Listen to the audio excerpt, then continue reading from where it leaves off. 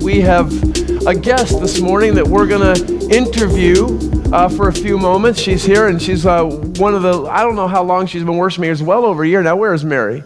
Mary Darber, come on up. Everybody put your hands together for Mary. And here's your microphone.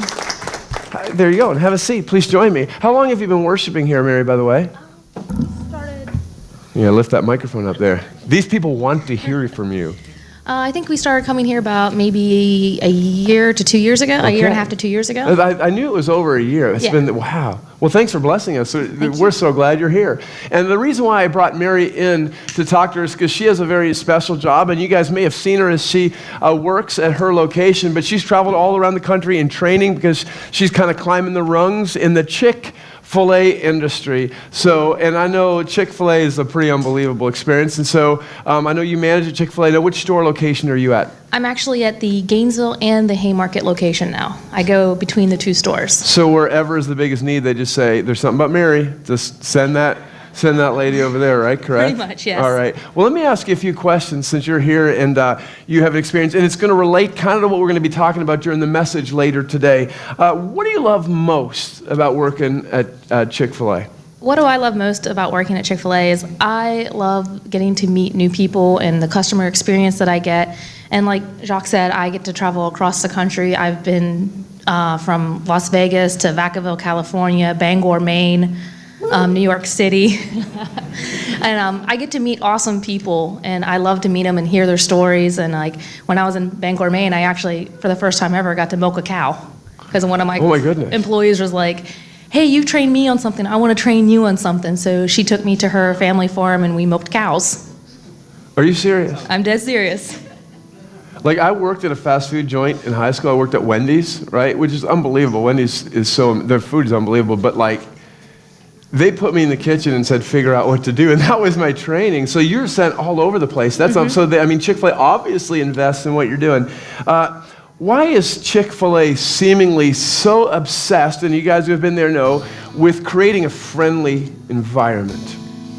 In my opinion, to create the friendly environment, it starts with the Chick-fil-A corporate purpose, which is to, I'm going to look at my paper just to make sure I say it right, which is to glorify God by being faithful stewards that comes to all that is entrusted in us, and by having a positive influence in all who come in contact with Chick-fil-A. That's unbelievable. And I love that. And you walk in that joint and you know it, that they live that mission statement out unlike any other restaurant I've ever seen. I guess the final question, because let's get a little bit personal in how this can affect us. What's the biggest compliment you've ever received from a guest at Chick-fil-A, from a customer? One of the biggest compliments I get is always, having that positive attitude. Even like when I was going through a hard time a couple years ago, and the customers who knew me on a daily basis and knew like a little bit of my backstory and what was going on, they're always like, Mary, you're staying so positive even in this rough time. And on a kind of a funny note, I had a customer once come through the drive-thru, and I'm always there usually early in the mornings, or I used to be, and this customer was like, you're too peppy in the morning. That's great. It's like 6 o'clock, you're too peppy. But isn't it great to watch as you have encouraged and blessed and greeted and welcomed and poured out favor, then all of a sudden what happens? Like, people respond to that, and it's just interesting to hear you say that they respond to your friendliness that way. So, by the way, Mary has just recently decided to be a member of our greeter team. So she's going to be bringing her expertise of Chick-fil-A to what we're trying to do in our welcome center. So thank you very much. You guys put your hands together for Mary.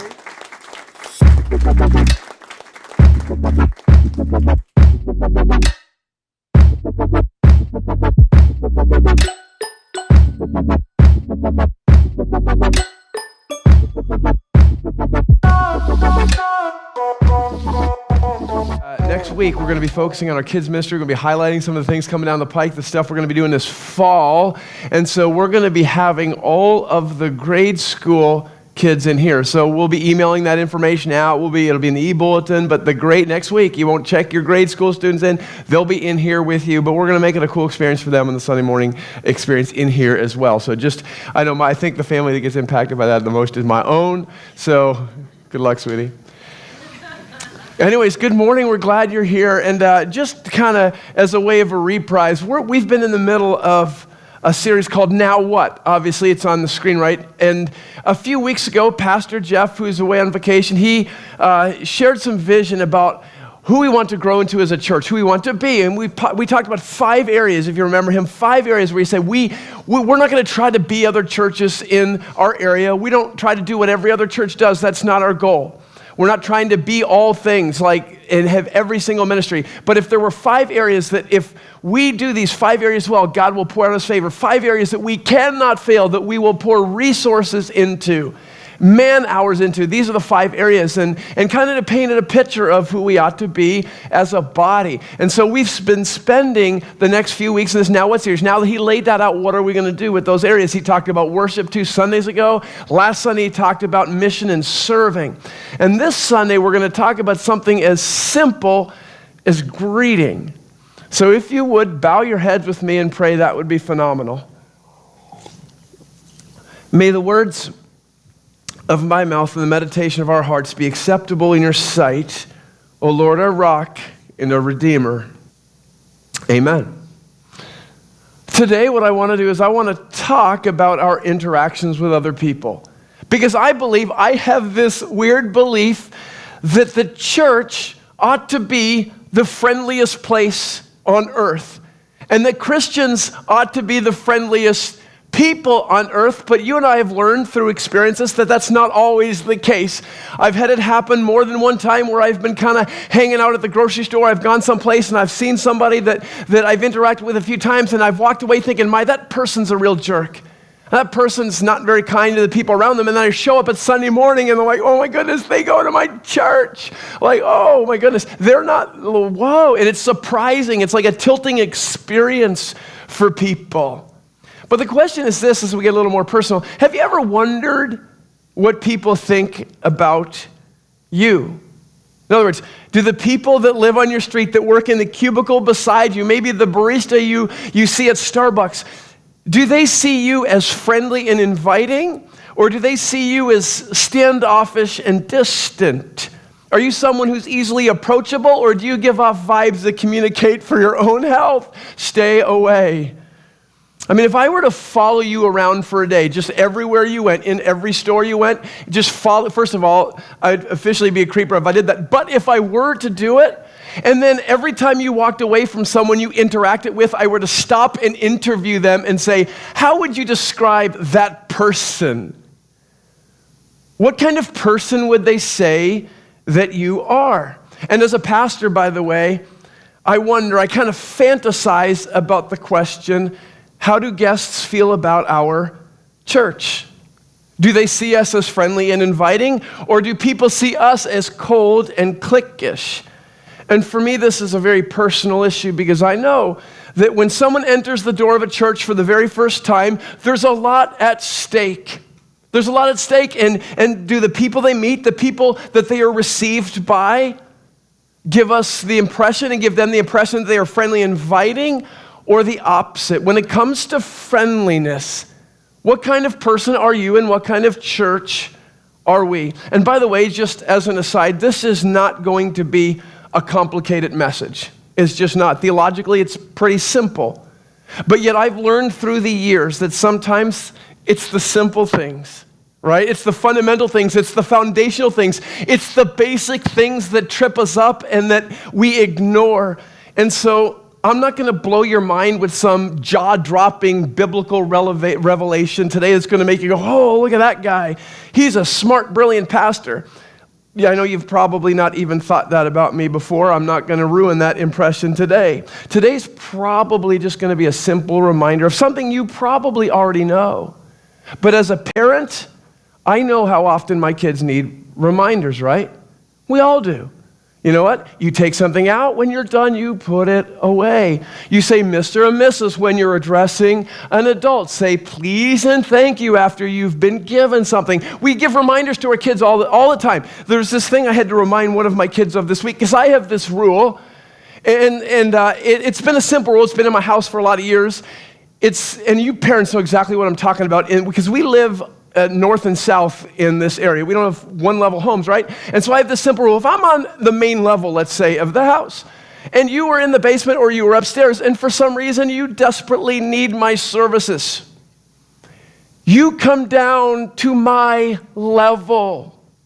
You don't shout from upstairs. You don't shout from downstairs. No. You come to me. You guys know exactly what I'm talking about, right? Like, it's a thing in my house, because when I start getting all these kids shouting from floor to floor, oh my goodness. So earlier this week, sure enough, I'm at the kitchen sink. I'm doing what God has designed me to do. I'm cleaning the dishes. I've got a bowl in my hand, and apparently Soleil had been involved in some kind of an altercation upstairs, because I'm standing there holding the bowl, starting to clean it, and I hear these words. This one word, actually. Papa! And then that's it. And I'm standing there at the sink, and I realize in that moment I have basically three options. One, I can drop the bowl, and I can run upstairs, and I can say, "Sweetheart, you called?" That would have been very Christian. I was not going to do that. Option number two, I could have yelled back, "What do you want?" Right? And I've done that before. Option number three was to just hold the bowl and pretend that this child is not really in my family after all. I thought that was the wisest option, so that's what I did. I just stood there scrubbing that bowl, and I waited.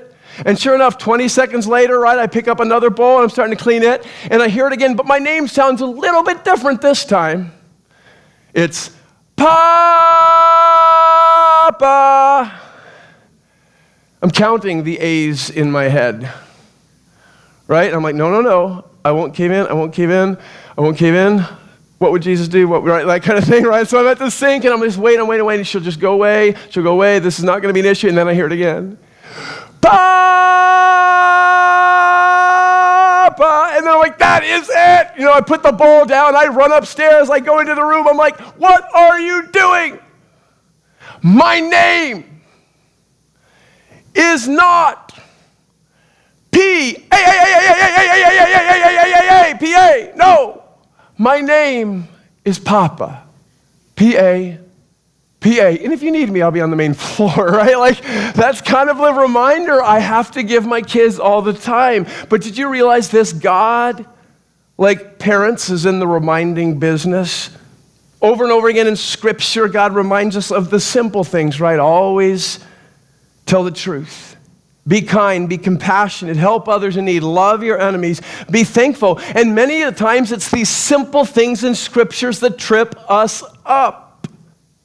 The ones we struggle with the most. And so here's today's simple reminder from Scripture. Brace yourselves for it. Be friendly. That's it. Be friendly. I know you're not going to be blown away by that. And if you feel like I came here for this, you've still got time to leave and go to another church for a good sermon, so you're free to go and do that. But that's all I have this morning. Be friendly. And here's why. Two basic points this morning. It's so easy. First thing, people are looking for a friendly face. Do you realize that? People are looking for a friendly face. Proverbs 15:30 says this, "A cheerful look brings joy to the heart." A cheerful look brings joy to the heart. In other words, in a world filled with struggles and filled with negativity and pessimism, people are looking for a friendly face. People are looking for a friendly face with depression on the rise, with insecurity, with everything that our culture is facing. Your smile, your hug, your hello may be the one thing that can turn someone's day around, someone's outlook around, someone's life around. It's one of the biggest tools God gave you. And some of you are too afraid to use it. It's called your smile. I did a little research this week. And so I have these 10 things I want to share with you, 10 fun facts about smiling. 10 things you may or may not know. But number one, I'm sure it doesn't mean anything until you're a little bit older, but did you know, according to doctors, babies actually begin smiling when they're in the womb? That's when they start smiling. As a matter of fact, like if you have a little kid, if you have an infant and you were to walk in your room in the middle of the night and just watch them sleep the whole night through, periodically throughout the night, they'll just start smiling for no reason. I think I have a reason. Genesis 1:27, we were created in the image of God. And we smile. It's just natural, and some of you need to rediscover what you were created to do. We were created to smile. Fun fact number 2. Did you know that smiling is contagious? Smiling is contagious. That may seem complicated. It's not. According to science, all right, there are neurons in the brain that have these synchronizing features in them that keep us in sync with the people that we're speaking to. So if you were to look at your own behavior and film yourself, you don't even realize you're doing it. But when you're talking to somebody who tends to use their hands a lot, you're going to all of a sudden start to use your hands more. If somebody's leaning in to talk to you, you're more apt to lean in. If they're laid back and casual, you do that. If they're smiling at you, you tend to smile. Smiling is contagious. This isn't rocket science. Proverbs 15:30 says God was on this a long time ago, right? A cheerful look brings joy to the face. Number 3, do you know that studies have proven, this is unbelievable, 70% of people find smiling faces to be better looking than faces with makeup. Yes, Gracie, I'm looking at you. I got to tell this story.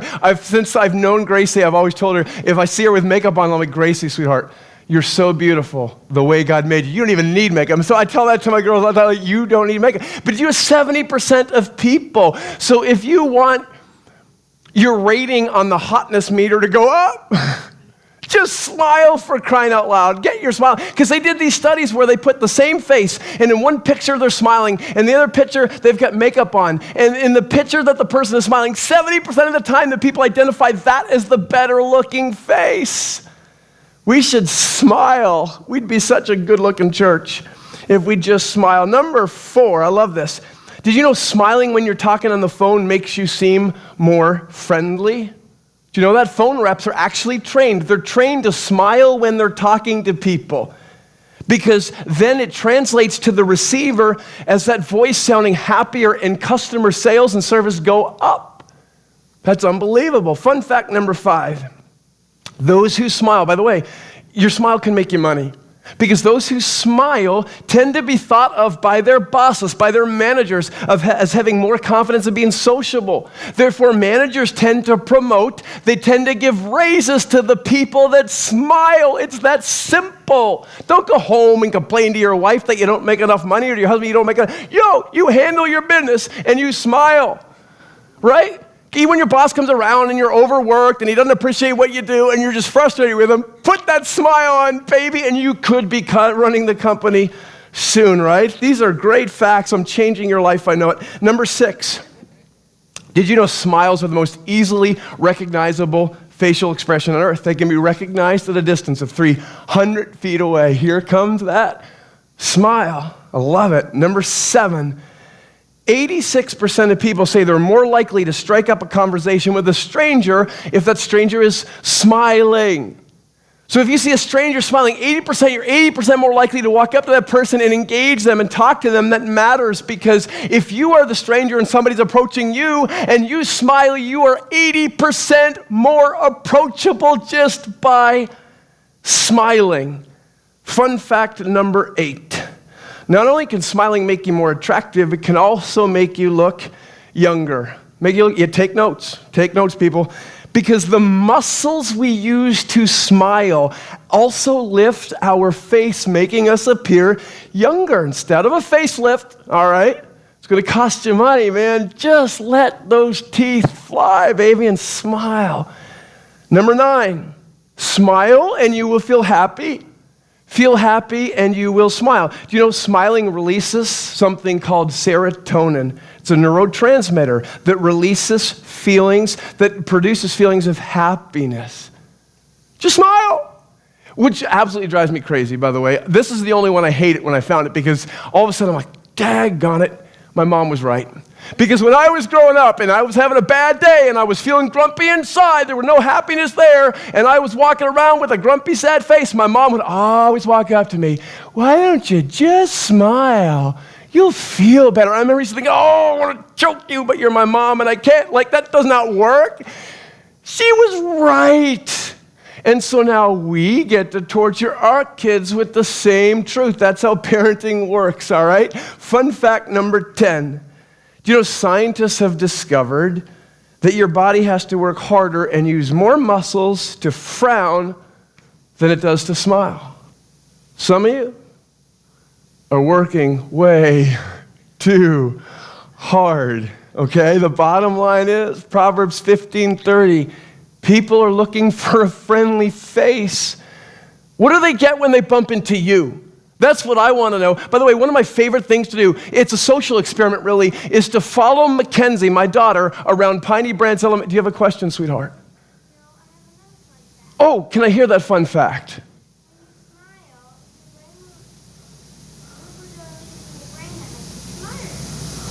Woo!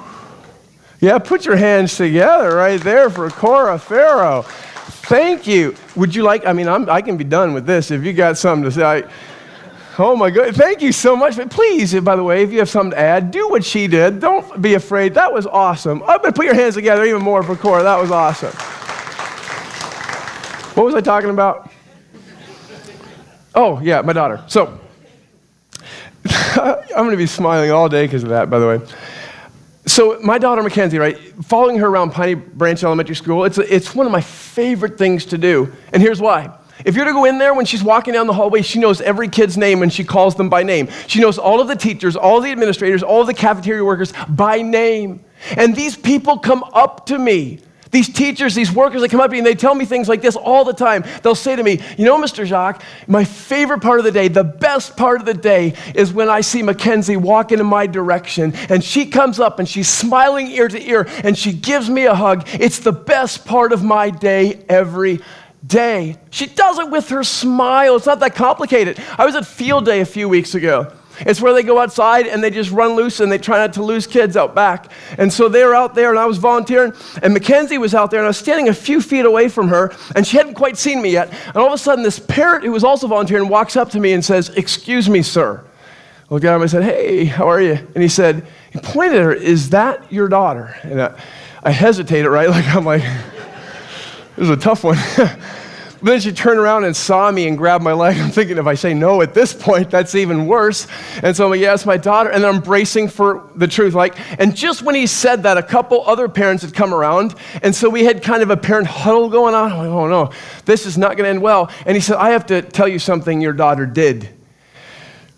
Right? All right, I'm praying inside. And he said, "My daughter a few minutes ago was over on the concrete and she tripped. She cut up her knee real bad. And your daughter saw it happen and she walked over and picked her up and said, 'I'll help you find your dad.'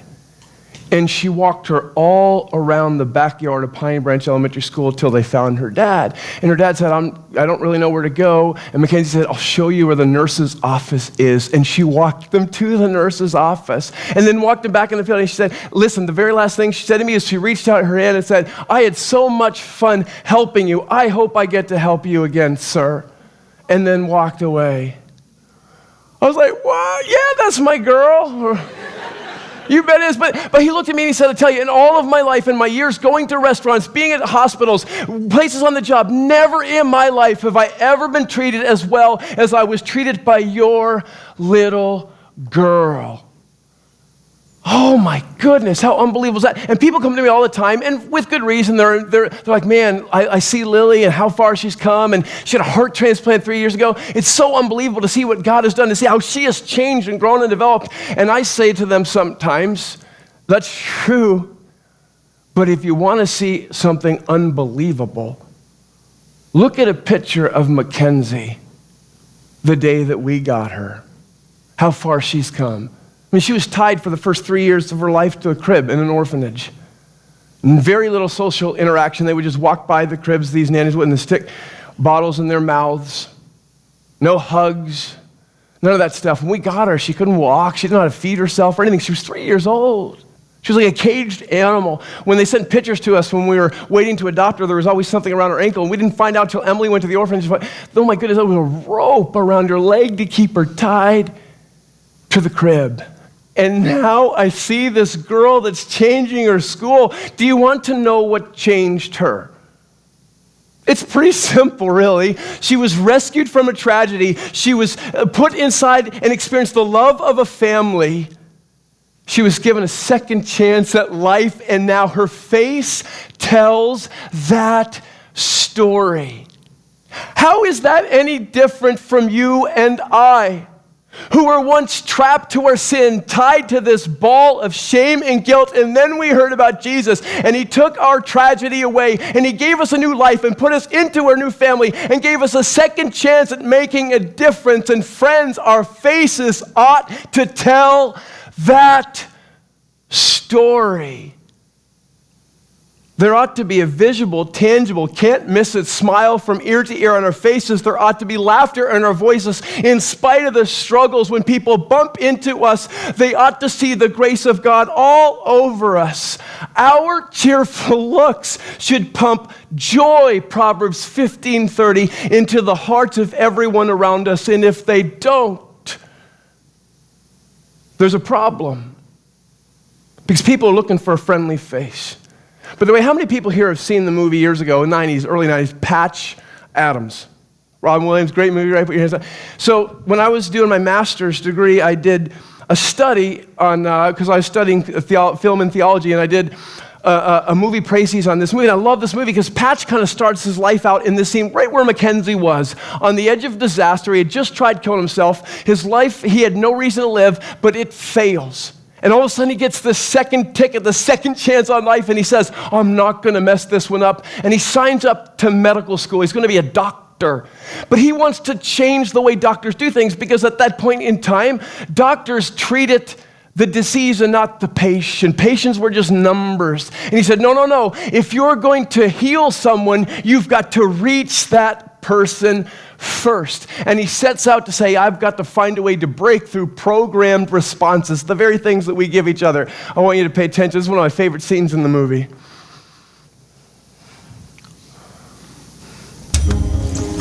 We'll call it the hello experiment. The goal will be to break through program response by changing normal parameters and getting a new emotional response from the person. Ready to enter data? Hello. Hi.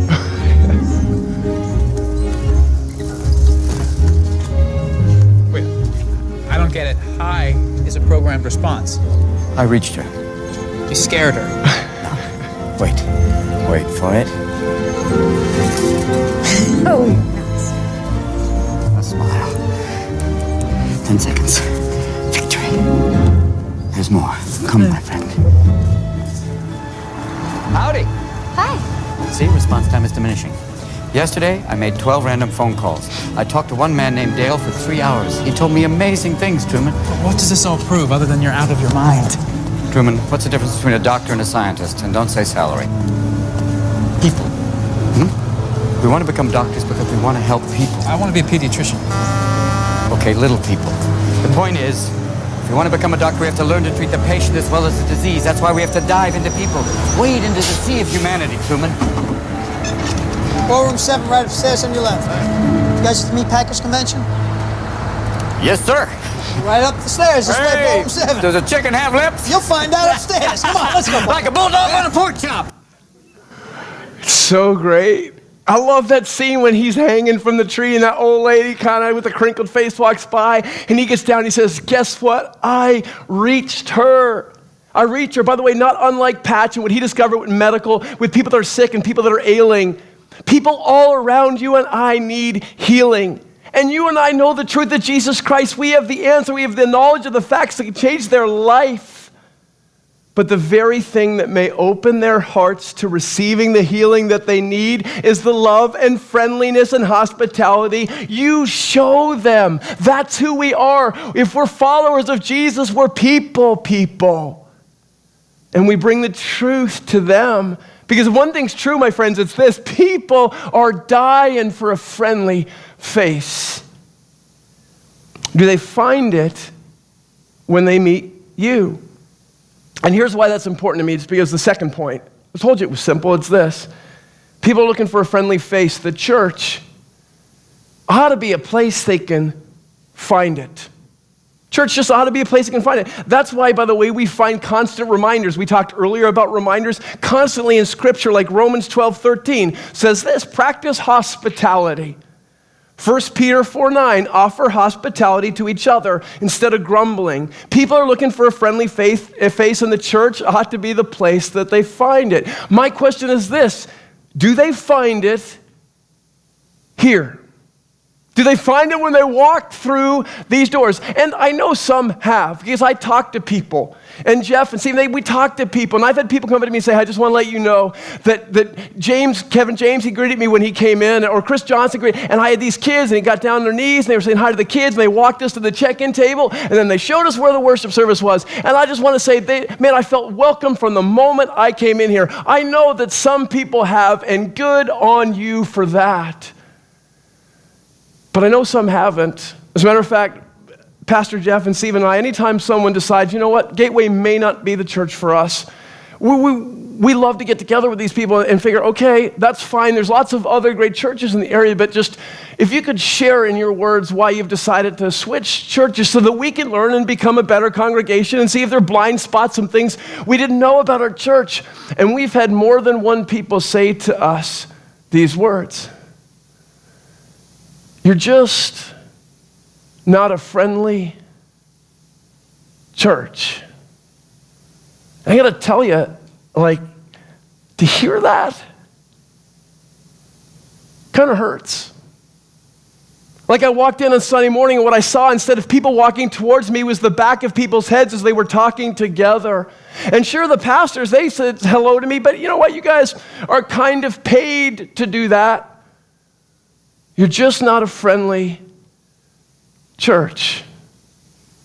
I like to think, how can that be? Because the church ought to be the friendliest place on earth, and Christians ought to be the friendliest of people on earth. And I know some of you are thinking, but wait a second here. I'm not that kind of a person. I'm shy. I'm reserved. It's not my personality to be friendly. I'm not going to walk up to someone I don't know, to a stranger. It's just not who I am. Oh, really? Because there's this fascinating verse in Hebrews that I want us to soak up for a moment that maybe ought to haunt us a little bit. Hebrews 13:2 says this: keep on loving those around you as if they were your own brothers. Do not forget to entertain strangers. Strangers, not people you know, not people you're buddy with, strangers. For by doing so, some of you have entertained angels without even knowing it. Let that sink in. Could it be? Is there a chance that it is our mission given by God to practice hospitality, to bring joy through the expressions on our faces, our handshakes and smiles and hugs? And maybe you're like, but that's not normal for me. You, my friend, have the Holy Spirit in you. You're not bound by what's natural. You are bound by only what is supernatural, because you have God's presence in you to make lonely people feel loved, to make confused people or nervous people or stressed out people, whether they live on your street, whether they sit at the desk next to you at work, whether they walk into these doors on Sunday morning. Could it be, think about that, could it be that when you extend your hand or offer your smile or say hello every once in a while, it may be more than just another human, but the God who gave you this purpose checking in to see if his kid is on mission. By the way, I think the author of Hebrews, I don't think he was making this up when he said this. I think he remembered the words of his master Jesus in Matthew chapter 25. Remember that story in Matthew 25? Jesus said, there's going to be a day, it's a fact. There's going to be a day when at the end of this age, all of humanity will be put into one of two groups.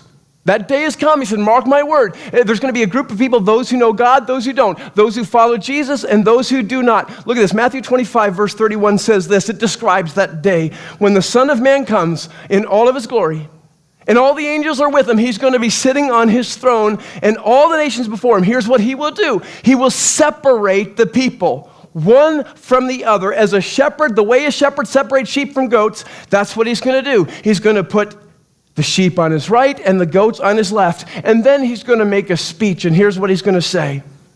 The king's going to look at this one group of dudes and dudettes over here to his right. And he's going to say to them, hey, dudes, I'm so happy to see you. Come on in. Those who have found favor with me into this kingdom I've prepared for you. And then he's going to give them the reason they're coming in. He's going to say this, because I was hungry and you gave me something to eat.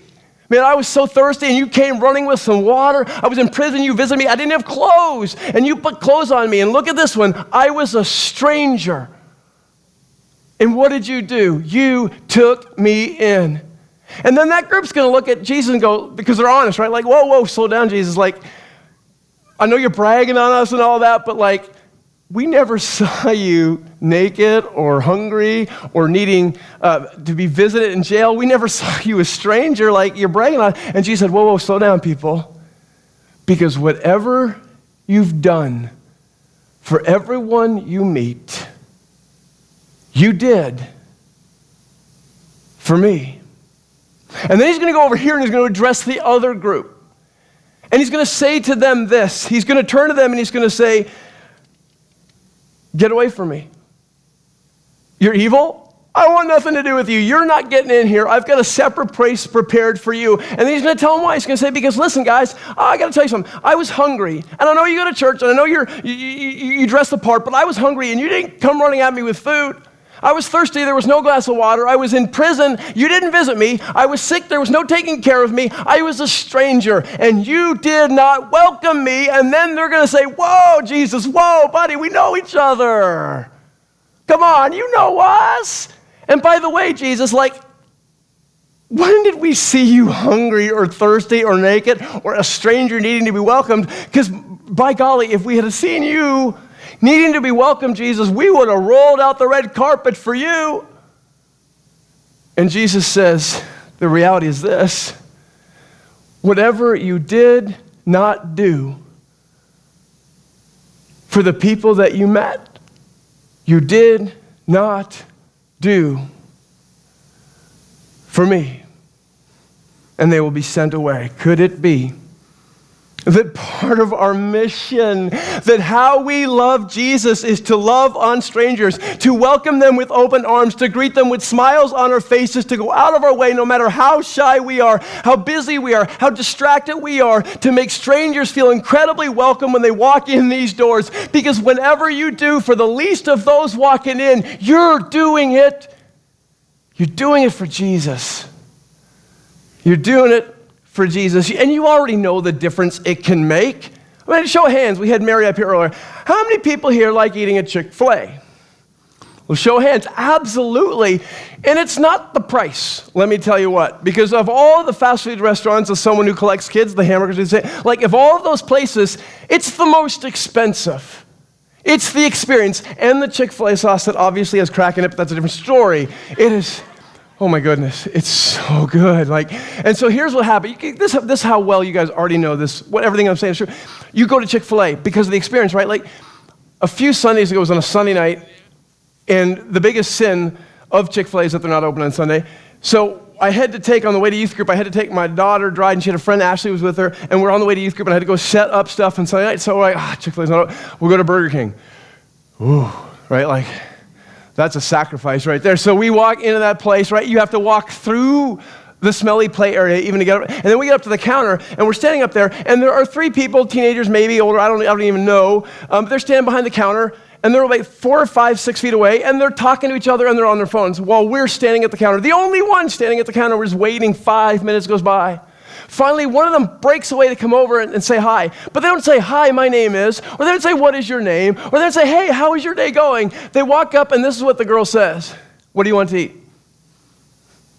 What? You waited 5 minutes for that? What do you want? And so we told him the order. Dryden ordered, Ashley ordered, and then I ordered a hot coffee. So I needed coffee. And then she's like, okay, she plugs it in. And then it was not like, okay, it'll be this long. Okay, would you like sauces? Okay, any of that. No, this is what it was. Here's your food. They, Dryden, Ashley, they weren't as troubled by this as me because they had their food, right? Like, so they grabbed their food and they're going to get drinks and they're putting everything. And I'm standing there like just waiting for my coffee. This gal goes back to having her conversation, doesn't bring me my coffee. So I'm just sitting there, I got the clock going in my mind. I'm like, okay, I got to get there, I got to sit up. I'm just waiting, I'm staring. 3 or 4 minutes go by. They don't come with my coffee. So I'm like waving. I'm like, hello. This girl comes back to me and says, do you need something? Like, tragically, she was born without a personality. And I'm sitting there going like, you gotta be kidding me. Do I need? Yes, I ordered a coffee. I need a coffee. Please, can you get a coffee? She's like, oh, I don't think we have any. What do you mean? You don't have any? She's like, I'll go check, but I think the pot's out. She walks over there, checks. She comes back, yep, there's no coffee. We're going to have to make another pot. I said, okay. And I'm standing there, and she goes back to talking to her friends. She doesn't go make the pot. Do you feel my anger and frustration? I'm standing there at the counter going, this can't be happening. This, breathe in, breathe out. Like, I'm freaking out here. I'm standing there going, this is awful. Like, I'm a nobody to this girl, right? And so finally, they go away, and 3 minutes later, a manager comes out and is like, hey, sir, are you waiting for something? I'm like, all right, you're a Christian, you follow Jesus. Yeah, I'm waiting for coffee, to be honest, and I haven't got it, and the lady said that you're all out, and then she didn't make a pot. He's like, oh, I'll go double check. He walks over there, he comes back, he's like, yeah, the coffee's out. He doesn't make the pot, for crying out loud. He's the manager. And he walks back into the kitchen. He comes back out 3 minutes later and says, so, did anybody make your coffee? You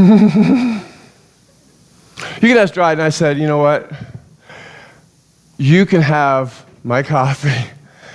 And I left. And I think I texted Stephen that day and said, please bring my soul a coffee.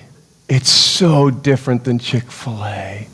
You walk into Chick-fil-A, you go up to the counter, and the first thing they say is, hi, my name is, what is your name? And then you tell them their name. How do you spell that? You spell that name for them. And then they say it again. And what would you like to eat today, sir? Well, I'm sir here. It's pretty impressive, right? My chest. And so I'm like, oh, I would love this, this, and this, and this. And the order goes on because I have kids. And then they go back and they repeat the order because they don't want to mess it up, right?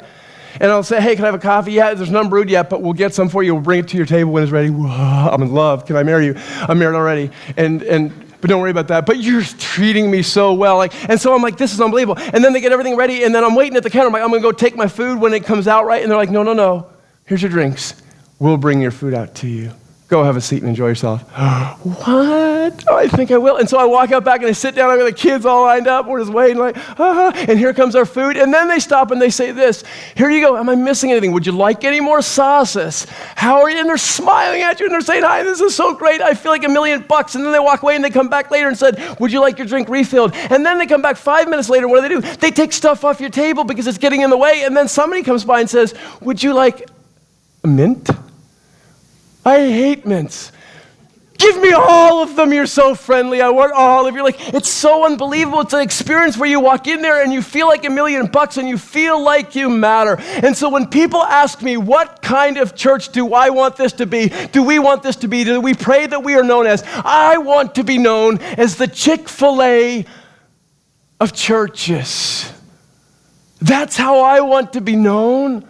I mean, I think we ought to be honest with people when they walk into these doors and they say, hey, tell us about your church. And we say, listen, there are other churches out there where they may have better programs, some of them. Maybe they have, more menu options. They may even cost you less. You're going to walk in here, we're going to ask you to serve, we're going to have a time where we give. And so it may cost you something, but I promise you, when you walk in these doors, you will never go to another place where you'll be so welcomed and feel so significant and be so loved and received with open arms because we, my friends, are the Chick-fil-A of churches. Do you realize when guests come on a Sunday morning, according to statistics, even if the sermon's amazing, and somebody walks away with this raw biblical nugget and they laugh and they cry and the worship's unbelievable and the worship guy's hot and the slides are great and the production's unbelievable and they walk away and go, man, this performance is great. Even if all that happens, if the second they walk into these doors, they're not made to feel welcome, they're not greeted, they're not taken where they need to go, there's only a 20% chance that person comes back. In spite of all that other stuff, on the flip side, if someone walks in here on a Sunday morning and we happen to be having an off game, right, and the video doesn't quite match, it looks like Godzilla, like the people talk, it doesn't match up, or there's feedback in the sound, or the worship guy is off pitch or something like that, and the sermon put them to sleep 3 different times. And if somebody were to walk in and that was the experience, but the second they walked through those doors, they were greeted with smiles and asked what they needed and taken where they wanted to go, and they were made to feel like they mattered, like $1 million, 80% chance that person comes back the next Sunday morning. Why? Because people are looking for a friendly face. The church ought to be a place where they can find it. I want you to digest this one fact here. 75%, this is unbelievable, of guests decide whether or not they will come back to a church within the first 60 seconds of their visit. My question is this: what happens if it's in that 60 seconds that they meet you? One more story. Let me tell you why this is personal. I can tell you when the last time my brother Paul went to church was. It's 13 years ago. Emily and I were engaged. I was living with him, and he hadn't been going to church, him and his wife, for a while, and I'd been nagging him, go to church, you got to go to church with me, we'll find a church, And he kept saying, no, because as far as he was concerned, that Christians and non-Christians, there's not that big of a difference between how they treated him anyways. And I kept saying, no, you're being too judgmental. You got to give it a chance. So finally on a Sunday morning, he said, okay, I'll give it a shot. We'll go. And so we get up and we're driving. We did what every God-fearing Canadian does on the way to church is we go through the drive-thru at Tim Hortons and we get our coffee and we show up at church 5 minutes before the worship service. We walk in, right? And then there's these 2 big wooden doors that you open up to the worship center. We walk in, 2 people standing in front of those doors. I walked over, I grabbed one of the doors to pull it open so we could go inside. And one of those guys, greeters, stood in front of me and said, oh, I'm sorry, you can't go in there. I'm like, what? What do you can't go in there? He said, we have some really nice new carpet, and you can't take your drinks in there. So you're either going to have to drink them out there or just leave them out here, but you can't go in there with your drinks. It was like the air went out of the spiritual balloon I had filled up that day that my brother was going to church. My brother looked at me and said, you can go in there if you want. I'll be waiting in the car. See you later. That was the last time my brother walked through the doors of a church. People are looking for friendly face. The church ought to be a place they can find it. What will happen when they bump into you?